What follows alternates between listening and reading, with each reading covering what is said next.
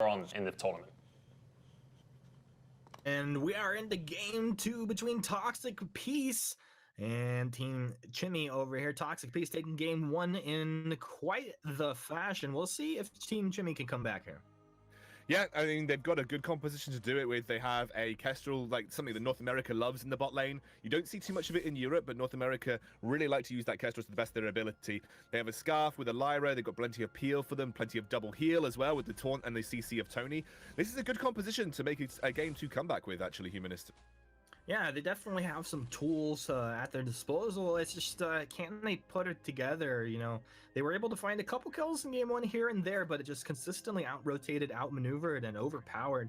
And I am kind of scared when I see the likes of the Glaive, the Arden on the map, the Black Feather. These are the kind of heroes that if they do start to get a bit of an opening, they can really run away with the game. Yeah, I mean, if the Black Feather starts to get ahead as well as the Glaive, that's what I'm going to start to worry about, like you said. Like, if they dive in, and they can put pressure on a Kestrel and a Scarf, especially a weapon power Kestrel early on before she gets that instant stealth.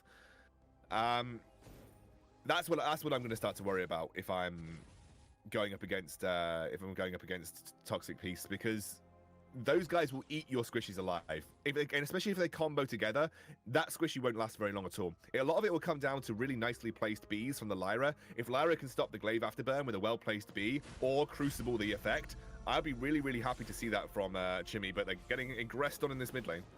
Aggressed, a bit of harass coming out there, but at the same time, Tiny Train and Mist making their way down from the jungle. This is a Tony with weapon buff early on in the game, not something you really want to make any mistakes against. And no mistakes will be made. It looks like CHvortex just continuing to kind of hold down the lane, and a nice afterburn back will put Scarf in a bad place. CHlMl hit with the Helio, one more attack, he'll go down. Well, he has the healing, so he stays alive. It looked like if he didn't get that off, he would have gone down to that one basic attack. So a nice out and no first blood. Yeah, absolutely. And now it's going to be losing a little bit of experience, but what I do like from CHlMl is they're now sharing that between the Lyra and Tony to make sure none of it goes to waste. The CP buff will be respawning fairly soon, and Gary's Disciple, if he doesn't actually time his back here, he might be in a situation where he loses that CP buff on his side, and he has to be really careful because this is a bad back timing for Gary. If CHvortex also doesn't back, you can see Tony's posturing for it. They might actually get double CP buffed. Well, I mean, so how does he make that better? It just, as soon as he sees the other back, he's just got trigger on his own back?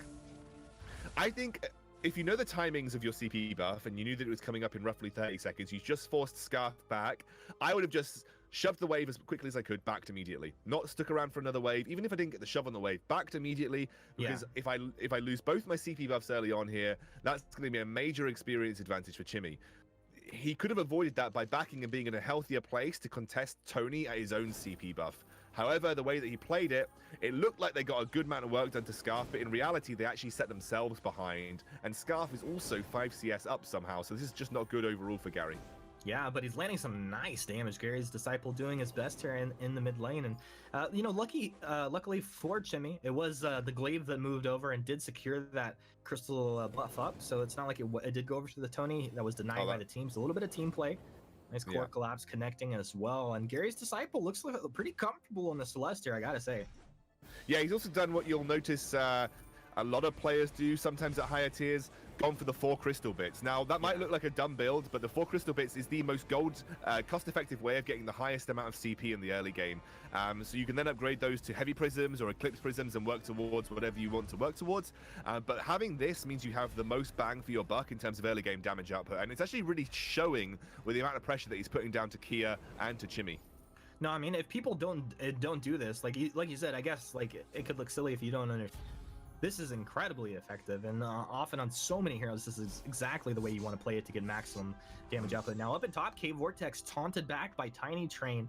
Tiny Train chest chasing, and he's got him right there fairly easy. Now glass ceiling getting locked down, 3 heroes bearing down on the back of Catherine. Catherine will be able to get out of that one, just tanky enough. But the rotation from Gary's Disciple up towards top was a bit mistimed there. And Gary's Disciple almost putting himself in a bad situation. In fact, taunted back here is going to take a lot of damage. In fact, that's a dead Celeste. Tiny Train. Wow. What has happened to CHlMl in between game 1 and game 2? They're rotating better. They're timing their buffs really well. They're managing the map pressure. CHlMl on this Scarf has really done well with these gloops and setting them on fire. I don't know. This just looks like a different team to me. They've been super strong in terms of pressuring the map. Well, we'll talk about this in just 1 second. There's an engaged bottom, a Rose defensive forward. Keto, just almost takes Chinny. Zarko's there, Zarko. He has the boots, he's moving forward. You're dead. Dead. Call PETA. Kitty cat / dragon has been taken down in a flash of rainbow as the Glaive gets that kill. Yeah, and that was a little of a mistake in terms of positioning coming out from Chimmy. He probably could have just run for it, and Glaive might not have been able to catch up. However, in the meantime, the blue buff was stolen away by Tony. He does get stunned up here, though. Tony's in a bad place, gets that burst of healing. Thanks, Kia, and he'll be okay and able to back, and Scarf should make it back into the lane before this wave crashes into the turret. Chimmy playing incredibly well here. It could have been game 1 nerves. Honestly, could have been. That's could have been game 1 nerves. Kia's incredibly low. One more combo would have definitely been the kill there. Yeah, absolutely. But most importantly, Chimmy's backed in time and is healthy enough to contest his own blue buff, which is going to allow him to get another experience advantage over the Celeste. He's already 1 level up at this point in time. Going to increase that gold lead, and also going to have that small power spike that the CP buff provides. The one thing that I will compliment Toxic doing right now well is that they're taking the bottom lane tier 1, so global gold now in their favor. They rotated up towards this top lane when the wave was crashing and when Scarf was doing his own CP buff, meaning that they might even get 2 tier 1 turrets out of this. But Tony and Kestrel have got other things to think about. I mean, there's a lot of damage out between these 2 heroes. Now, Bada Boom puts them into the wall, but there is no 3-man taunt. 3-man taunt into the 1-shot, 1-kill. Tiny Train trying to get locked up, but the Blast Jumper turns around, connects Solar Storm as well. But hello, I'm a dragon. This is my breath. Oh, and I'm going to burn down the bush. Well, what it might result in is pressure on this top lane tier 1. Adagio is rotating up now as well. It doesn't look like... Why'd you play yourself? Why would you body block on 2% HP? Because I'm cold and I need some fire. But they gave up their life and the tier 1 turret now. And actually, Chimmy looking pretty strong in this second game. And honestly, Toxic, who were very, very good and looked completely dominant, I thought this was going to be a 2-0 sweep for sure, have ended up on the back burner. Now, they're not super far behind. They're only about 1,000 gold behind. And that's really coming down from that turret that they've managed to take. That would have kept them in the game a little bit here, as well as the fact that the Black Feather is farming quite nicely. The Celeste is still keeping up in farm with the Scarf. So overall, the damage output coming from that bottom side of the map is pretty strong right now. And that is something that Chimmy will have to keep in their back mind. The Black Feather is scaling. He does do well against the Kestrel. He does do well against the Scarf. And so we need to keep an eye on him at all times. Also, Chimmy don't feel comfortable enough to capitalize on a Ghost Wing. And Ghost Wing would certainly extend their lead and help them take those structures. I totally agree with that one. They don't feel comfortable doing it. I respect the fact that they don't take it because they don't feel 100% about it. As far as the next few minutes, I really feel like there's a lot of pressure on Glaive. If Glaive can make some plays, things could very quickly swing back the other way. Talking about swinging back the other way, Bada Boom will knock Arden almost into the jaws of death, but K Vortex is going to stay alive. He turns around, he drops the gauntlet. Now, on the backside, Tony trying to wiggle his way back into a better position as Scarf chased him forward, trying to get something done. Scarf gets roasted on down. That was poor positioning and a questionable decision. Tiny Train's going to go down. This is exactly the fight the Toxic Pace were looking for. Served up on a silver platter. Mist turns around, does find the stun onto Kino, so Kino's going to drop off of that. Toxic Pace taking a very clean fight right there, and it feels like it was definitely mistakes coming from the other team. Oh, Chimmy committed everything to an Arden and then tower dived him. That was the mistake. I mean, there was no need to chase an Arden who's got plenty of survivability with his passive, plenty of survivability with his Vanguard, and then just try and get away with it. I mean, that was the mistake they made for sure. The fight's not done just yet, though. Chimmy actually got that crystal buff right there now. Bright Bork goes down, they'll find the stun. This should be a dead Adagio. Hopefully, Kia doesn't die as well. A 2-man taunt trying to pull him back under the turret, and Core Collapse just zoning out any potential aggression to follow forward on that. Toxic Peace feel like they're starting to get a little bit of traction here in this game. Yeah, absolutely. Another mistake, I think, on my own personal opinion in terms of itemization here, Humanist. Lyra doesn't need Fountain first. I mean, most captains don't need Fountain first in 5v5 right now. Would have been way better to have the Crucible to block the Catherine Silence or block the Arden Gauntlet. And you saw them pay for it in that fight because Scarf was blocked in. Yeah, I think that's a pretty good analysis on that one right there. It's not as effective as it could be. We'll see. Maybe he makes some god play with his fountain, and we'll come back and be like, okay, that was the right choice for the situation you put yourself in. But right now, not quite making sense. In the meantime, though, this is Zarku and Kino Eden moving through the jungle, getting that weapon buff on the Blackfeather. And you talked about it, dude. This Blackfeather is scaling up quite nicely. He's very close to breaking point. And for any Blackfeather player, you would know, like, when you get Serpent's Mask plus Breaking Point, you got a couple levels, you are good to go. This is his time to fight. I'm sure if anyone has ever played Vainglory in the history of Vainglory, they'll know how annoying the Arden Blackfeather combo is when it comes to 3v3 or 5v5. Super strong. Here we go. Let's go. Toxic Peace. They're in. They're going to get a couple yummy. The Gauntlet. Did he try to go over the wall, or he just got knocked back? I'm not sure how that one played out. Anyway, he got sucked back into oblivion. Double kill for the Blackfeather, who is #online. Yeah, Blackfeather starting to hit. He's got that breaking point on. The Arden Blackfeather combo gives him the speed and the shield in the middle of the fight that makes him so hard to kill. This is the kind of combo that you want versus squishy targets on the backline like Kestrel and Scarf, and you saw how quickly with the Glaive combo he deleted that Kestrel.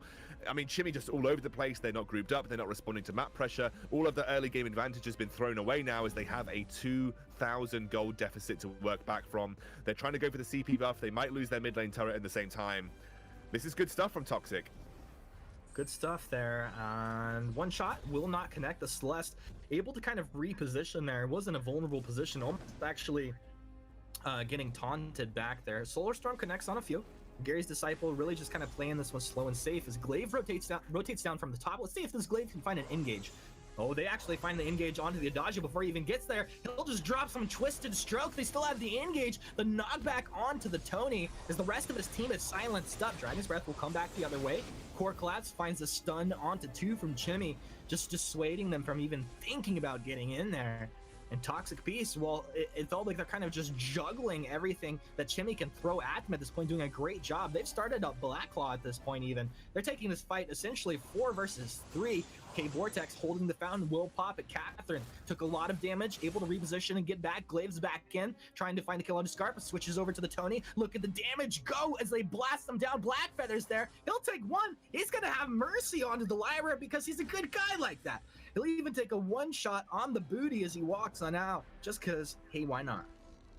Could have very easily have committed earlier as the Blackfeather there, but it's better to play it safe. I think if you're Toxic at this point, you don't want to tower dive and potentially throw away the game.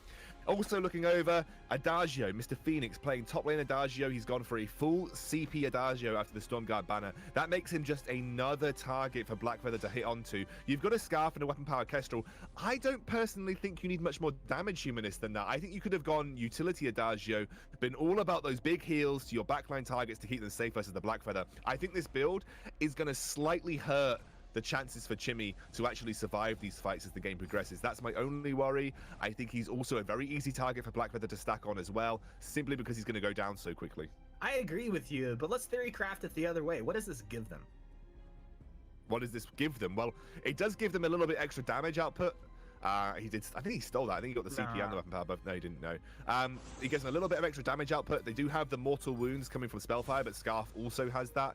It does give them really big damage from the Verse of Judgment. So when the dive comes in from the Blackfeather and the Glaive, they will be able to do a huge amount of burst damage.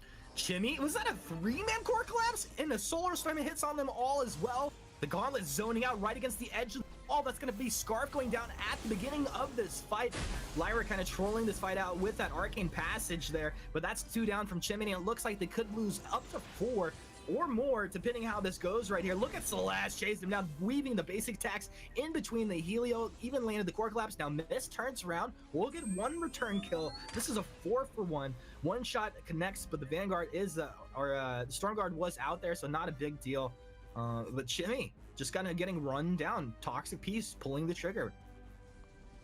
Yeah, and Glaive able to keep soloing that Ghost Wing out with the Serpent's Mask. It gives him huge amounts of survivability because he has that passive lifesteal in there as well. Have a look at the defensive itemization coming out. Slumbering Husk, nearly Slumbering Husk for Kino. Lots of shielding and armor, and probably another Slumbering Husk coming out from Glass. That's going to nullify a bit of the Scarf's damage. The Kestrel Burst is also going to nullify that damage coming out from the Adagio ultimate, like we talked about, that big burst damage that he can provide having gone the CP build route. But these are good. It's good itemization, really good defensive itemization from Toxic. Yeah, it's exactly what you're looking for. I mean, there's a lot of that burst damage that's going to proc that off, and it complete. I mean, like you said before, the Adagio already it feels like a weak point there. Now, what he brings to the table is actually even ineffective, and you know, it's going to take some godly plays, maybe some mismanagement of resources through these fights from Toxic Peace for CHlMl to kind of claw their way back in. 4K net worth advantage over to Toxic Peace. They are up 1-0 here in this series. We're almost 16 minutes into this one. They have a strong advantage. They have the momentum. Let's see if they can hold on to it. And again, they actually scale nicely too, because you have a Celeste and a Black Feather, and that's always going to give you presence throughout the game. I actually think both of these compositions scale well. If the Adagio had gone utility, I think I would have been even favoring potentially CHlMl in the late game, because they have plenty of heal and plenty of a backline peel. But as it stands, there's an engage. There's the engage. The silence is out. Lyra's going to die before that silence wears off. Could not arcane passage out of that one. Could not really do anything. Will taunt Catherine back into this. The verse comes out. Super defensive play, but that's how they wanted to play with this verse, and unfortunately nothing happens from that one. Uh-oh, missed! He walked into the gauntlet, didn't get stunned right back into it with an afterburn. You know, I'd like to say that was a nice play from Toxic Peace, but honestly, Mist just played himself. Yeah, he walked a little bit too far forward. I just don't think he expected the re-engage, given how low the rest of Toxic Peace were. And now they pick off the Kestrel. Now, I do want to worry about the Scarf if I am going to be Toxic Peace here, but it looks like they don't even want to engage. Celeste is doing a great job of zoning them away from that Black Claw pit entrance area, and they are just going to back off. All right, well, it's an interesting call. Well, Tiny Train's moving in. Black Claw still has a fair amount of health. That one shot's going to connect onto the dragon here. And Tony, can you get something done before you're going to die? This is an interesting situation. Black Claw taken by the Black Feather. And with that Solar Storm coming on through, but not before the Glaive gets the kill. He'll get some crits and a double kill for himself as Adagio goes down. And I gotta say, it feels like CHlMl's starting to crumble. Yeah, absolutely. Toxic Peace are also using this Black Claw a bit more effectively this time. As I say that, Black Feather and Celeste head down towards that bot lane, but there isn't that much resistance in the mid lane, so they should be able to put pressure on 2 turrets at least, and that'll be a good take from Black Claw. If Black Claw can get this second turret here, that would be a good take for me. They also have the ability to take Ghost Wing, so this is going to be a massive net global objective take in favor of Toxic Peace. And they also are going to start to apply pressure in that tier 2 in the bot lane too. They do have to respond to the wave that they can see coming in their top side, but not until after this Ghost Wing. They can reset after the Ghost Wing, and that should be a very, very easy slide to the end of the game from this point forward. Look at that efficiency. Black Claw taking the turret down on his last breath. Well, his last hit, his last breath, so to speak. Tiny Train booting down onto the Celeste, really hungry to try and make something happen. That's going to put the Journey Boots on a long cooldown as he wasn't able to apply any damage to reset those. Vision is really good around the middle portion of the map here for Toxic Peace. That's going to allow them to set up plays. And again, Vision is really important to a Glaive specifically because it allows you to pickpocket afterburns that sort of isolate heroes. Wait a second, is Arden going in by himself? Nah, he's got a Black Feather with him. Looks like it went well, though. Dude, it is because they felt safe, but now they are not safe. Zarku's actually in Deep Cave Vortex as well. Let's see how this is going to play out. Kia turns around. There's a nice core collapse onto 2, and suddenly CHlMl going to tuck tail and run. Is starting to look okay for the Mist. You got to get back, Mist. You got to stay on the back lane. You're the Kestrel. They turn around. Black Feather Rose offensive in. He's doing his job. He's getting work done. Catherine will find the next kill. Looks like Tony's going to fall. They're going to chase him all the way to the healing platform, essentially. Keanu Eden, give it him. CHlMl will go down as the triple kill, and the ace comes through for Toxic Peace. Literally exactly what they needed to do, making it happen, Captain. And honestly, these guys are just playing lights out right now. Yeah, unfortunately, they don't have minion waves to work with, and that means they're going to be very unlikely to be able to straight up finish the game here. They are going to... Rip. They are going to try and face tank that in Armory turret, but with everybody respawning, they can't even get the Armory. So they didn't set up the minion waves correctly to capitalize on that fight, but it is just an omen for what is to come for the rest of this game. This looks like it's going to be lights out for CHlMl pretty soon. It sure does indeed. You know, if I could get on the mic with them right, it's hard. It's really hard for the Kestrel right now, but Kestrel can't get caught like that. You know, No. there was the moment in that fight where I was like, okay, she's vulnerable, she's dead. And she survived a little bit longer than I thought, but of course Blackfeather is going to chase her down any time he starts to get on target. Like, And the problem is there isn't much to deal with Blackfeather on the side, because you've got I mean, the capacitor plates come out for Adagio now. I think that's a good pickup. I think obviously if he'd been tankier it would have been nicer, but overall that's going to make the heal stronger. But overall, I mean, how do you deal with Blackfeather? If he just rose offensives through this Tony taunt or rose offensives through the stun, there isn't actually much else to slow this guy down getting to your backline, and then he's just going to wail on those squishies super hard. He's also gone for a Sorrow Blade on top of his kit that he's got already, and picking up some critical strike. I mean, probably would have invested. Yeah, I mean, I do too. I might have wanted a reflex block on top of that just to make sure I definitely don't get caught out. But, I mean, if you're ahead, you're ahead, right? 8, 1, and 10, make it work. Yeah. Indeed, indeed. I mean, as far as the tools, I would say, like, maybe you're saving Bada Boom for that situation as well, for peeling, and Verse only comes out when they're diving onto the Kestrel. Oh, they're going to jump in, but Catherine secures the Black Claw. Now ChLMl are in a very awkward position. Tiny's in the pit just eating these Heliogenesis into Supernova. Kia is wrecked, and now ChLMl trying to run away as well. Mr. Phoenix, Mist, and ChLMl need to get back. This will be game over 100% if one of them die. And they have a little bit of damage. Maybe they can pick somebody. I mean, it's still an incredibly dangerous situation. Good chance this could be game over here. There's still the opportunity for them to get something done. ChLMl poking here. Spitfire's coming out. Zarku will go ahead and knock him back. Gary's Disciple trying to get onto target there. They'll stun off the block off the first stun, but the second will connect. ChLMl just trying to kite back. They don't get enough damage down. It's only the Catherine to fall. Vein Crystal getting torn up from the floor up, and that's gonna be GG. Toxic Beast coming through 22 minutes in, taking victory here in game 2, 24-12. Pretty impressive stuff.